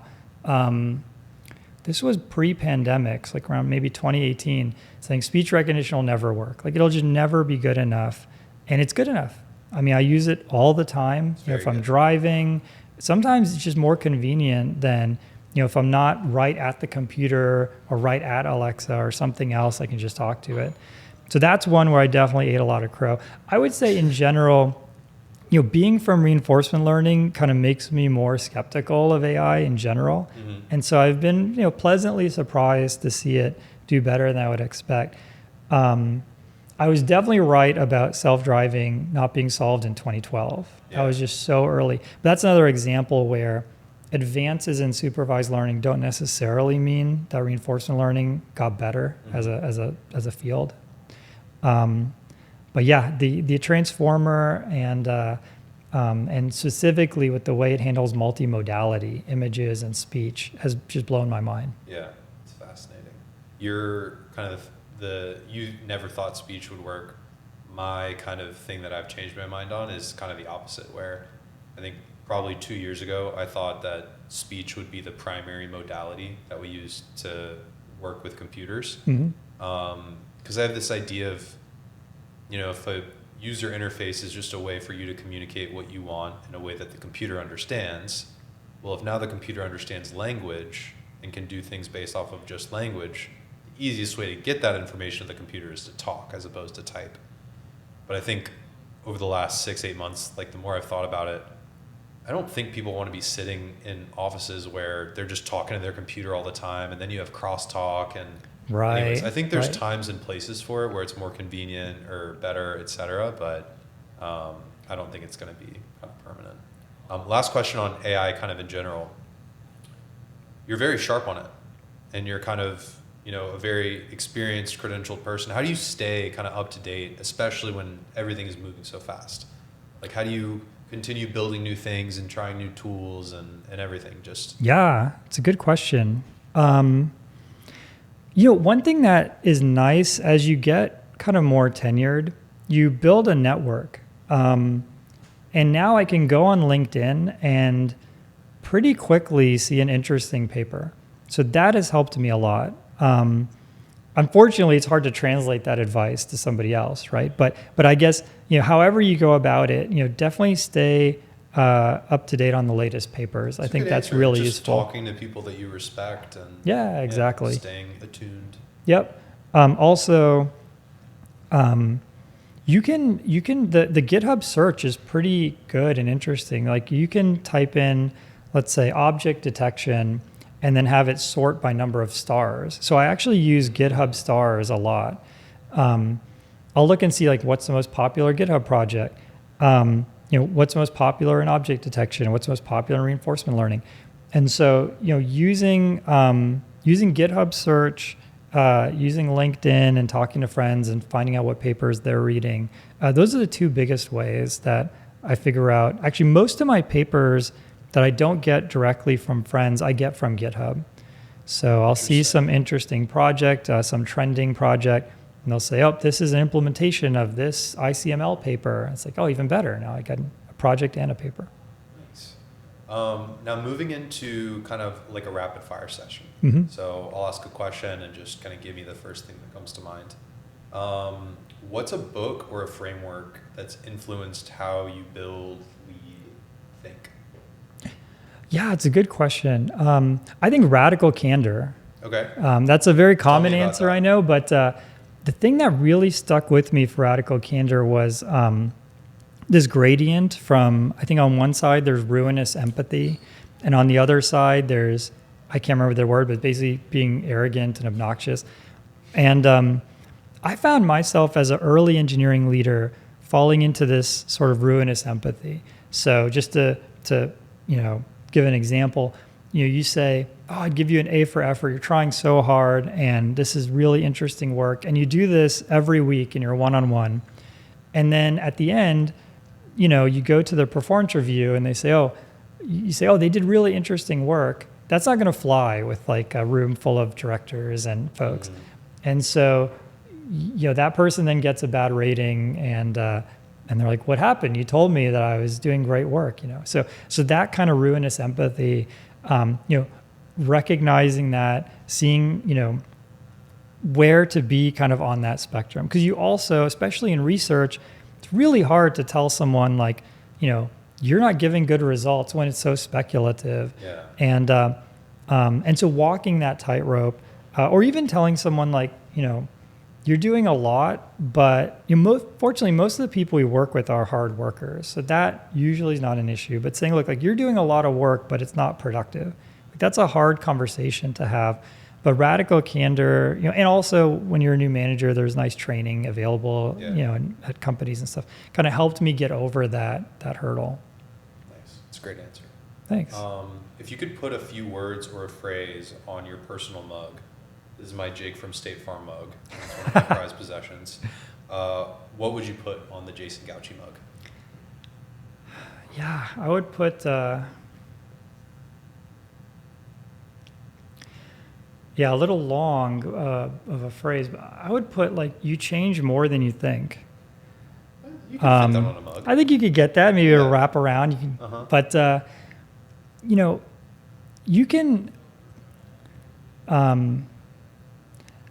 you can always think, oh, I should have done this, or, oh, I can't do that. I haven't figured that out. Both of those are really the same thing. Like, often you can fall into this trap where you don't think about what's possible. I think that, what we try to do at the podcast, for example, is we try to get everyone who wants to be a software engineer to be able to step foot in that door. And I've had people email me. There's a guy who he made lightsabers. I don't know why this is a job. Yeah, that's pretty awesome, right? So I guess he made, I think, props, right, for his friends and everything. That was his job. And he got trained up and he became a software engineer and joined a company. And he didn't have a lot of formal training, but he built himself up. And so, I think it's easy to, especially, I'm 43 now, so it's easy to feel like, when does the train end? Like, what will happen when I'm 63? And I can tell you, I think what's going to happen is I'm going to be learning new programming languages, and not much is going to change because of that what would be on that coffee mug. You change more than you think. Yeah. That's great. What's a commonly held belief about AI with the public that you think is wrong, or that you want to kind of burst their bubble a little bit? Yeah, we talked about taking away jobs. One, yeah. That's a big one. I think another one is a big thing that happened, I joined Facebook about a year before the whole Cambridge Analytica thing came to light. And I watched recently, it's been about a year, I watched the movie, The Social Dilemma movie. I haven't read the book yet, but it's on my list. And in that movie, it gave people like me way too much agency. There is this scene where they're like using their hands to manipulate a computer. It's like, oh, we're going to show them hot dogs, And the reality is these systems are super complex. It's very, very difficult to know what they're going to do. You try your best to guide their behavior. What I found was that a lot of the people who are making these decisions are trying to do the best they can at a really high level. They're not drilling down into like Jake's feed to figure out what's going on. So I think that there's this idea that with AI that the engineers or the architects of it have a lot more agency, I think, than they really do. So that could be good or bad. If you are of this mind that you feel like the employees at the tech company are manipulating you, then this is good to hear. It could be bad to hear that there's maybe no one at the steering wheel either, right? So it's a mixed message, but I think that I think that was something I've seen kind of over and over again. Yeah, I mean, it's just a small piece of a very, very large puzzle that. Yep. Yeah, totally understand.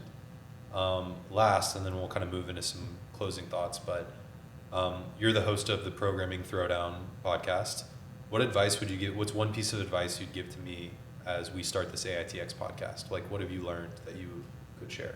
Yeah, totally. So we started Programming Throwdown, I think it was around 2010, 2011. So we've been doing it for a while. I think the biggest advice is I kind of learned as the podcast was growing, when we had, let's say, 1,000 listeners, if we got one piece of feedback, then now we have we have millions of downloads. We have, I think it's like 50 or 60,000 monthly actives. So we'll have 50 times as much feedback. And so it's actually not, you can figure out the math from the base thing. Yeah. But if one person tells you your mic is too quiet, you might tend to just ignore it, right? But that one person can easily turn into like 100 people if you 100x your audience, which can happen. So there were a lot of things where I got feedback and I just didn't take it seriously enough. The one that comes to mind was adding chapters. So actually saying, okay, at this point in time, we change topics. Okay. That felt to me like a big hassle, and I really didn't want to do it. I mean, I'd have to like listen to the whole show and keep track of it and everything. This was pre-AI being able to do that. Oh yeah, now I just use Podium or one of these pieces of software. It just does it for me. Totally. Now it's amazing, but then I'd get every now and then someone saying, hey, the podcast title is C++, but you didn't talk about C++ until 40 minutes because we were just, talking about other stuff. And then that became like every week, and then it became like every day, right? So listen to your audience, find ways to engage with them, and just assume that everything's going to get multiplied, the good things and the bad things. We're super fortunate, like, I got an email, or it was a LinkedIn comment about 2 or 3 days ago where someone said, Programming Throwdown helped them get their first job. And it's amazing. It's really satisfying.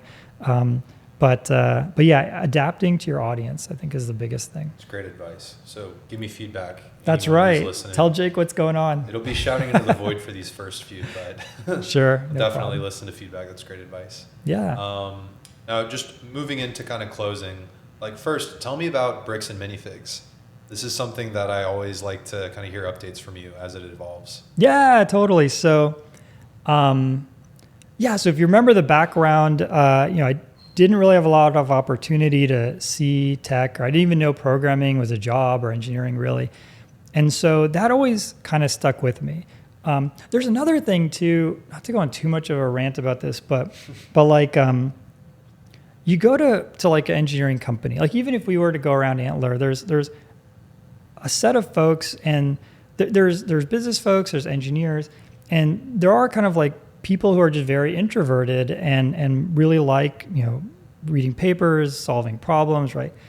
But I felt like in my community, just hyper local here, the people who are really introverted, like, I felt like they had a tough time, So it's like if somebody, maybe, didn't finish high school, but they're really extroverted, they married their sophomore year high school sweetheart, and they go to the pub and they have friends and a network, like that's like a pretty fulfilling life, right? I found that the introverted people in my like local network maybe didn't have the most fulfilling life. And so I've always tried to, build something with that in mind. So when I was at university, I started this summer program where we could get high school kids to actually come on college campus for a summer, and we would just teach computer science and some of these things. It was like a little summer camp thing. And the podcast is also a way to really like teach people about this area, and especially like about half of our audience are high school, college kids. And so it's a way to do that. So Bricks and Minifigs is like another kind of extension of that, where Bricks and Minifigs is it's a two-part business. One part is a experiences space. So we'll host birthday parties. I think we currently have a STEM, week-long STEM summer camp for kids going on right now. So that's a general event space where, we use building blocks to create different experiences. Like so literally Legos, Connects. Exactly. Those, yeah. So they can race a car. I think what's going on right now is they're trying to build the fastest car, so the less wind resistance, and you have 4 tires or 6, all of that. And then we also have basically a clearinghouse where people can sell, pre-built or bulk Lego to us, and then we can kind of clean it, organize it, and then turn around and sell it to other people who want it. And so there's a lot of people who come into the store who are either looking for something very specific, or frankly, they can't afford a brand new Lego set. But what the parents can do is buy one of these pre-built sets and then either disassemble it or give it directly to their kids at a fraction of the cost of the original set. And so it's all kind of spiritually kind of pointed in that same direction. So this is all my wife's idea. She's like a big Lego fan. I'm constantly in the Lego store. I'm the only person not building with Lego. Like I built all the furniture. I set up the security cameras. I'm constantly there building something. But her and the kids are big Lego fans, and she saw this as a great way to bring something to the community of West Austin where we live. That's awesome. It's super cool. Yeah. What's next for you with Circuit? What's kind of on the roadmap for the next 6-12 months?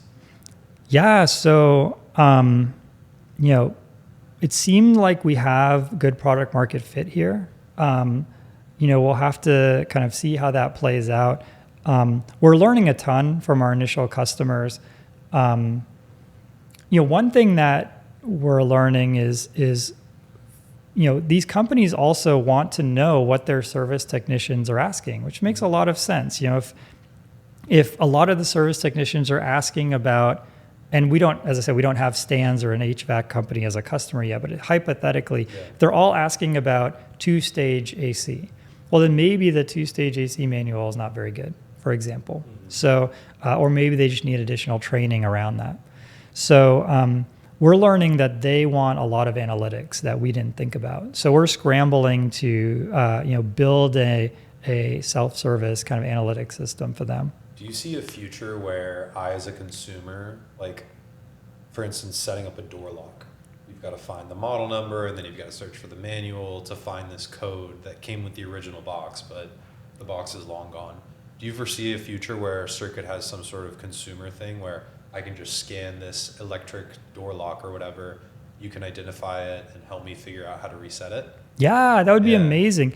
You can actually, you can go to app.circuit.ai today and log in with Google, and you can upload manuals. And then our search is really good at things like exploded diagrams, really just graphical things. We're state of the art on that. And so It's totally accessible today. What we don't have, to your point, is like a huge collection of manuals that's publicly accessible. I would love to build that. And we have the technology. We'd have to source all these manuals. I'll show you a website where I had to buy a replacement part for a refrigerator, but there's this website that's got thousands of manuals for tons of appliances. So yeah, that would be great. Maybe it works. And then last, like for anyone that wants to keep up with you, get involved with Circuit, with Bricks and Minifigs, with Programming Throwdown, like how can people find you? How can people follow what you're doing? Yeah, totally. The best way to follow me is LinkedIn. I think, I use a Proton VPN, and I think for some reason I'm on some bad list at Twitter or something. Because I actually, Twitter's now, they did this rather recently. They show you impressions. You see like how many people have even just seen your post. And for some reason, I just can't seem to it's a running joke with the podcast with Patrick and I, where we just can't get traction on Twitter. And I'm wondering if it's because I use a VPN. It doesn't matter. Follow me on Twitter. Maybe you can help turn the ship around there. I post the same thing to Twitter and LinkedIn. What's your Twitter handle? Oh yeah, my Twitter handle is Neural Nets for Life. This is number 4. Nice. Yeah. This was, I felt like it's kind of like ride or die for neural nets. I mean, now it's like, now it's so obvious. But when I made my Twitter account, I thought neural nets are the way to go. You guys got to listen to me. So neural nets for life. And then my LinkedIn is just Jason Gauci. You can find me that way. Awesome. Jason, thank you so much. This was awesome. Thanks for having me, Jake. This is great. Absolutely. It's a pleasure. Yeah, likewise. Catch you later.